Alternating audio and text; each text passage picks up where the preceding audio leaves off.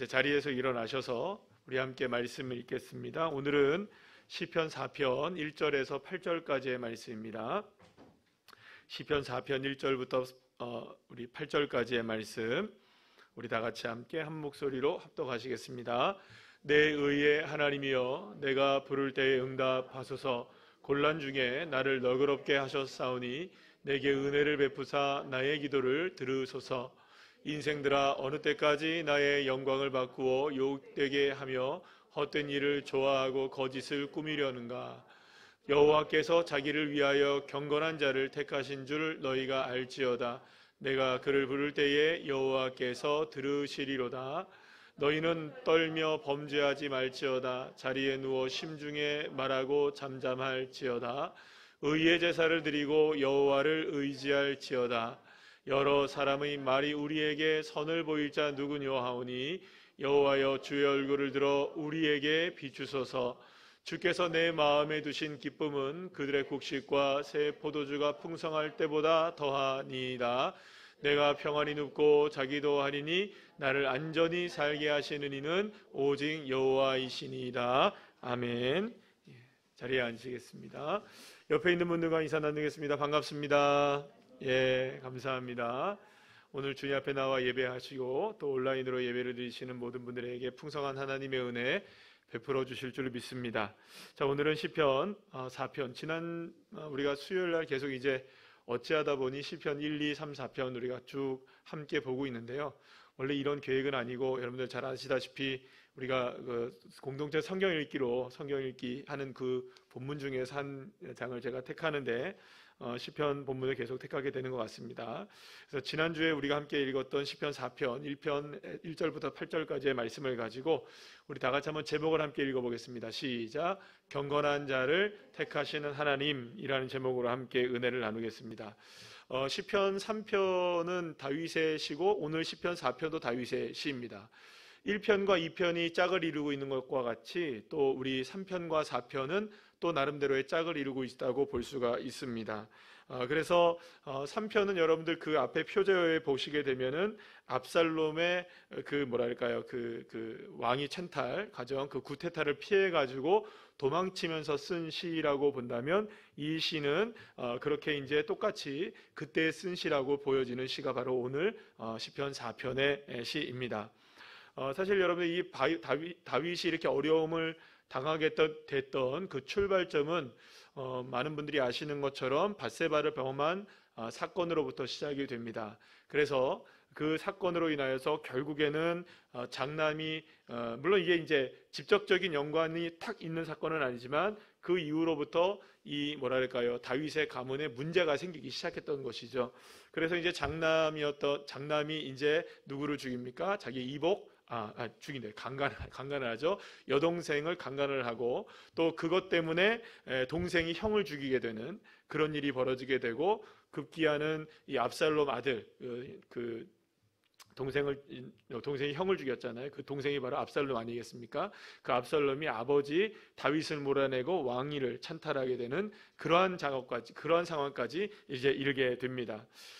그런데 이런 여러 가지 어려운 그 상황들을 계속해서 이제 다윗이 당하고 있었을 때에 마음 아팠던 두 가지가 있었겠죠. 하나는 뭐냐면 그 다른 누구도 아닌 자신의 아들에게 배신을 당했다는 그 배신. 그리고 또 우리 그 다윗의 배신은 또 다른 측면에서 한 부류가 있었는데 그들과 다윗과 함께 했었던 정말 충신이었던 사람들이 등을 돌리고 압살롬에게 합세해서 다윗을 몰아내는 데 일조를 했다는 것. 이런 여러 가지 것들이 이 다윗의 마음을 굉장히 힘들게 만들고 어렵게 만들었습니다. 그래서 오늘 본문 1절 말씀은 여러분 함께 우리 다 같이 한번 볼까요? 시작. 내 의의 하나님이여, 내가 부를 때에 응답하소서. 곤란 중에 나를 너그럽게 하셨사오니 내게 은혜를 베푸사 나의 기도를 들으소서. 아멘. 다윗이 지금 곤란 중에 있다라고 얘기합니다. 이게 곤란 중에라는 이 말은 이 히브리어로 차르라는 말인데 그냥 단순하게 어느 정도 고통당하고 곤란하다 이 정도 부탁하면 좀 곤란한데요. 이 정도 곤란을 얘기하는 게 아니고요. 날카로운 칼과 같은 것들로 꽉 찌르고 포위된 상태, 이런 것들을 이야기하는 단어가 이 차르라는 곤란이라는 단어입니다. 그러니까 여러분들 자신의 인생을 마치 칼로 다 찌르고 있는 듯한, 그것이 뭐 움직이지 못할 정도로 자신을 이렇게 옥죄어오는, 그것이 포위되어 있는 상태가 곤란하다라는 이 단어이니까 지금 다윗이 경험하고 있었던 그 상황이 어떤 상황인지를 우리가 대략 짐작을 할 수가 있을 것 같습니다. 그런데 여러분, 이렇게 이 차르의 고난 가운데 있게 되었던 이 그 다윗의 문제는 사실상 저와 여러분에게도 늘 언제나 다가오는 문제들 가운데 하나이겠죠. 때로는 건강으로 문제가 다가오기도 하고요. 또 때로는 물질로, 또 여러 가지의 사람의 관계들로, 그리고 또 혹은 많은 분들이 영적인 어려움을 겪고 있잖아요. 요즘 여러분 여러분들 나는 신이다인가요? 뭔가 그거죠, 그죠? 나는 신이다. 뭐 나왔잖아요, 그죠? 그래서 JMS 문제가 막 터지고 막 이러잖아요. 근데 사실 그게 한 20년 전, 40, 벌써 그게 시작된 지는 40년 된 아주 오래된 이단인데, 지금 와서 이렇게 문제가 되는 걸 이렇게 보게 되면 그 안에 있는 여러 가지 문제들 중에 하나가 뭐냐면 영적인 문제들이 많았던 거예요. 그러니까 영적인 병들이 많았던 거죠. 그게 사실은 그리스도인들 가운데서 가장 중요한 부분이 어떻게 보면 영적인 건강함이라고 볼 수가 있습니다. 사랑하는 여러분, 영적인 건강함이 저와 여러분에게 있기를 간절히 축복합니다. 다른 어떤 건강함도 중요하지만 이 영적인 건강함이 얼마나 중요한 시대인지 우리가 모르겠어요. 자, 어쨌든 우리도 많은 어려움들을 겪고 있지 않겠습니까? 영적으로, 육적으로 많은 어려움들을 겪은 곤란 가운데 우리가 있게 되는데, 오늘 이 본문을 우리가 읽어보게 되면 그런 곤란 가운데에서 오늘 본문 1절이 시작하는데, 마지막 여러분들 우리가 8절 말씀에 오면 그런 상황 가운데 있는데 어떻게 살아가느냐? 내가 자고도 눕고 평안에 간다, 이렇게 얘기를 해요. 내가 자기도 하고 눕기도 하고 또 일어나기도 하면서 평안한 상태에 있다, 나는 안전하다, 이렇게 얘기를 하고 있는 거예요. 자, 그러면 우리가 한번 생각해 봐야겠죠. 어떻게 곤란으로 시작된 이 다윗의 시가 마무리에는 안전하고 평안하다는 고백을 할 수 있을까? 그런 은혜가 도대체 어떻게 다윗에게 임하였는가? 오늘 말씀을 통해서 함께 그 은혜를 저와 여러분도 누리게 되는 주의 자녀들 되시기를 간절히 축복합니다. 자, 오늘 본문 3절 말씀을 보도록 하죠. 우리 3절 말씀 한번 읽어볼까요? 시작. 여호와께서 자기를 위하여 경건한 자를 택하신 줄 너희가 알지어다. 내가 그를 부를 때에 여호와께서 들으시리로다. 아멘. 다윗은 자신의 삶이 곤란하다는 걸 알고 있었어요. 물론 정말로 곤란했습니다. 이미 말씀드린 것처럼 말이죠. 자, 그런데 그렇게 곤란한 가운데 있었을 때에 다윗이 바라봤던 게 뭐냐면, 그러면 이 곤란한 상황 가운데 있어서 나의 삶을 이 곤란 중에서 건져내실 분은 누구시냐? 여호와 하나님이시다. 여러분 믿으십니까? 우리가 보통 그건 다 알고 있잖아요. 여러분, 하나님이 건져주시고, 하나님이 택해주시고, 하나님이 이끌어주시고, 하나님이 도와주시고, 하나님이 해결해 주시고, 하나님이 저와 여러분에게 은혜 베풀어 주신 줄 믿으시길 바랍니다. 자, 그러면 여러분 이걸 생각해야 되죠. 그럼 도대체 어떤 사람을 해주냐? 어떤 사람에게 그런 하나님의 구원의 은혜를 베풀어 주시느냐? 도대체 다윗은 어떤 사람이었길래 그런 곤란 중에 있을 때 평안을 누리게 되었고, 자고 눕기도 하고 또 안전하게 거할 수 있게 되었느냐? 어떤 사람이었길래 이러한 은혜를 누릴 수 있느냐? 자, 오늘 본문에서는 어떤 사람을 택하는 줄로 이 다윗이 알았던 겁니까? 경건한 자를 하나님이 어떻게 하신다고요? 택하는 줄로 내가 알았다, 이렇게 얘기합니다. 그러니까 이런 곤란 중에 있을 때 하나님은 도우시긴 하는데, 그 도우심을 누릴 수 있는 사람은 어떤 사람이냐? 경건한 자라는 거예요. 경건한 자. 그러니까 어떤 사람을 택해 주셔서 건져내시느냐? 경건한 자를 택해 주신다는 거예요. 할렐루야.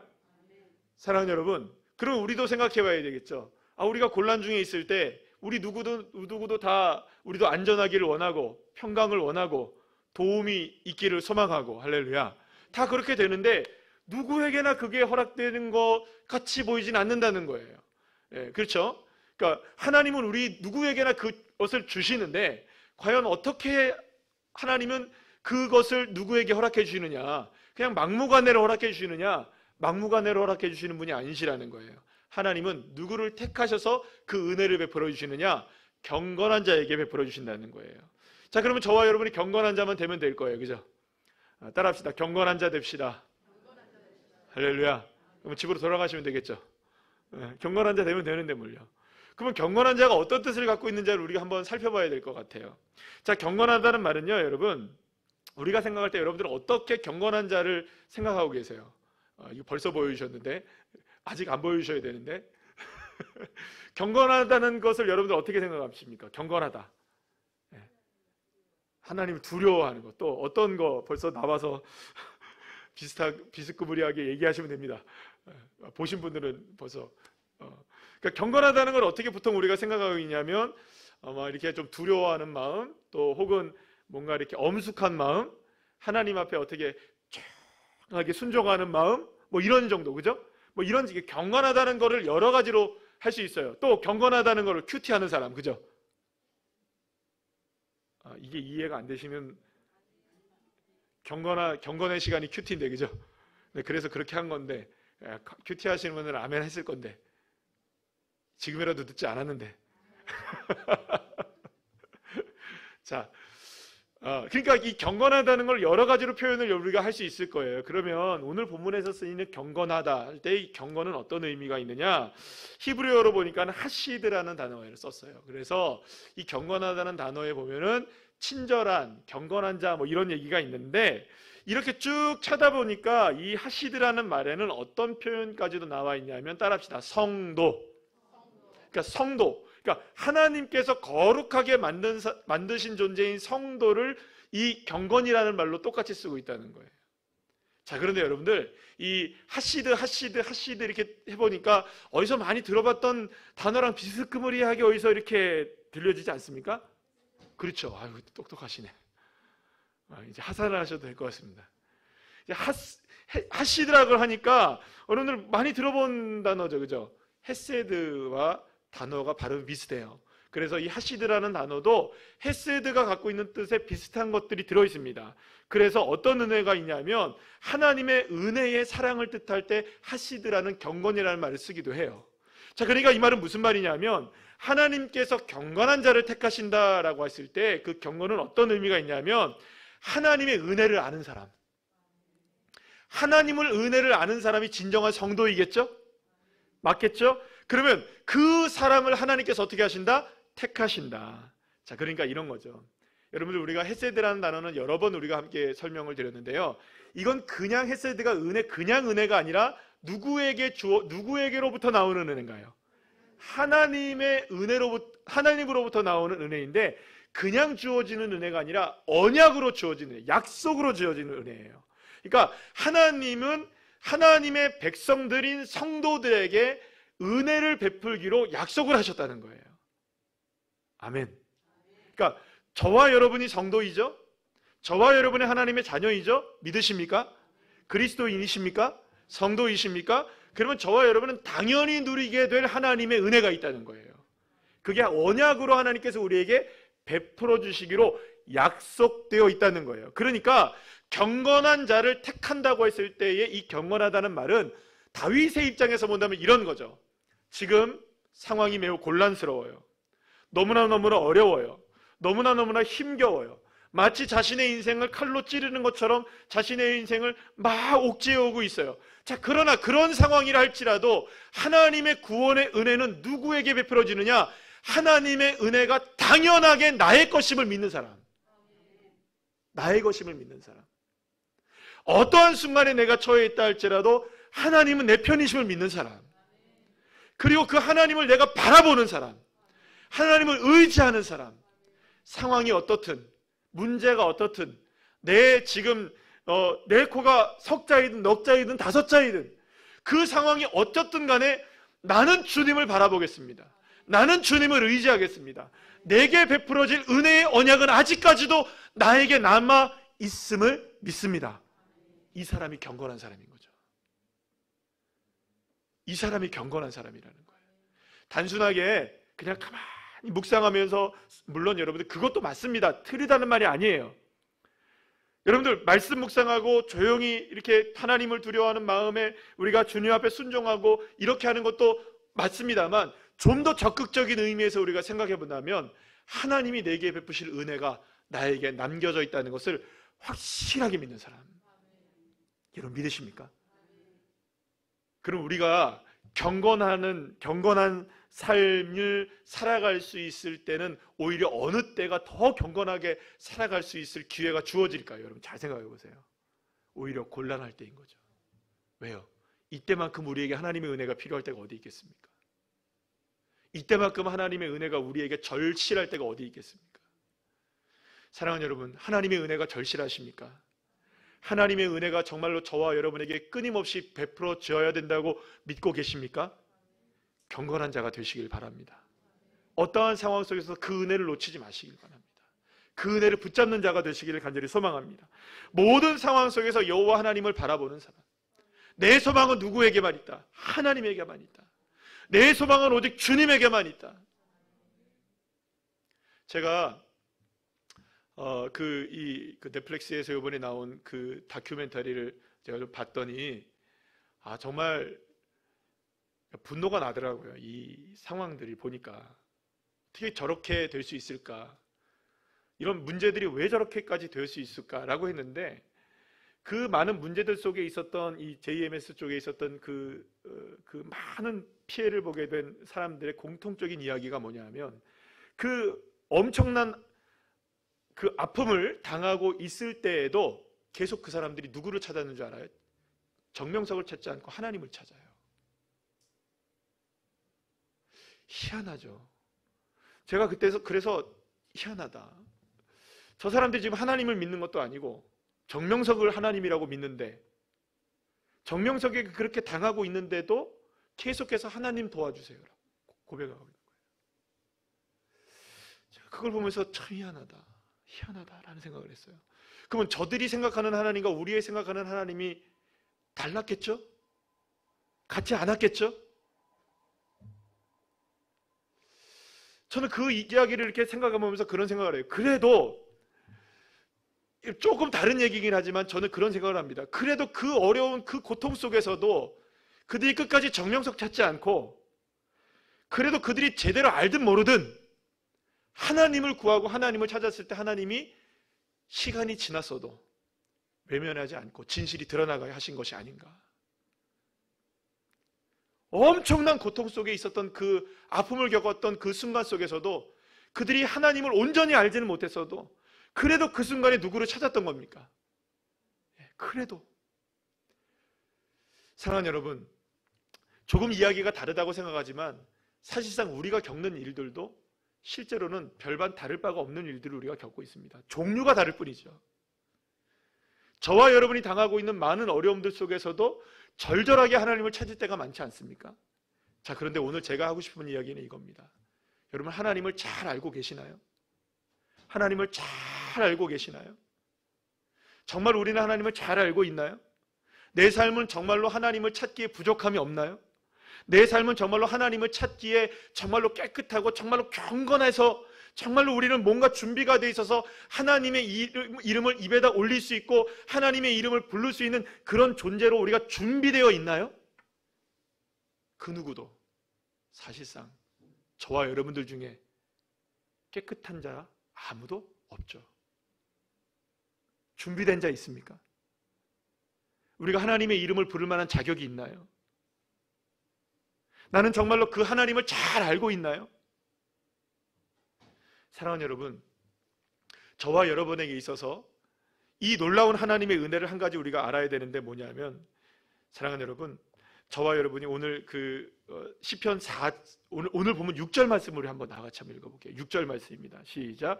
여러 사람의 말이 우리에게 선을 보이자 누구냐 하오니 여호와여 주의 얼굴을 들어 우리에게 비추소서. 자, 여러분, 이 말은 이 말씀의 의미 가운데 이런 의미가 있는 겁니다. 내가 지금 주님 앞에 얼굴 보일 수 있다는 겁니까? 없다는 겁니까? 보일 수 없는 상황이라는 거예요. 왜냐하면 이제 다윗이 자신의 치부를 알아낸 거죠. 지금 자신의 문제가, 지금 이렇게 자신에게 다가오는 수많은 이 압살롬을 통하여서 다가오는 이 문제가 어디서부터 기인했고 무엇 때문에 나의 삶이 이렇게 되었는지에 대한 부분을 주마등처럼 쫙 지나가면서 마치 시므이가 자기에게 욕하는 것이 지금 내가 그것을 들어야만 하는 상황이라는 걸 누가 알았던 겁니까? 다윗이 깨달았던 거예요. 그래서 내가 지금 주님 앞에 선을 보일 수 없다는 거예요. 내가 주님 앞에 얼굴을 들 수도 없는 상황이라는 거죠. 그럼에도 불구하고 하나님, 내 얼굴 주님 앞에 둘 수 없지만, 나 주님 앞에 내세울 거 하나도 없지만, 그러나 나 주님 앞에 얼굴 들기를 원합니다. 왜냐하면 여러분들, 민수기, 여러분들 한번 말씀 읽어보겠습니다. 너무 잘 아는 민수기 6장 24절 26절 말씀 시작. 여호와는 내게 복을 주시고 너를 지키시기를 원하며 여호와는 그의 얼굴을 내게 비추사 은혜 베푸시기를 원하며 여호와는 그 얼굴을 내게로 향하여 드사 주시기를 원하노라 할지니라 하라. 아멘. 사랑하는 여러분, 다윗은 알았던 거죠. 하나는 알았던 거예요. 내가 비록 하나님 앞에 얼굴 둘 수 있는 그런 상황이 아니지만, 그럼에도 불구하고 하나님은 나에게 은혜를 베풀어 주시는 하나님이시다.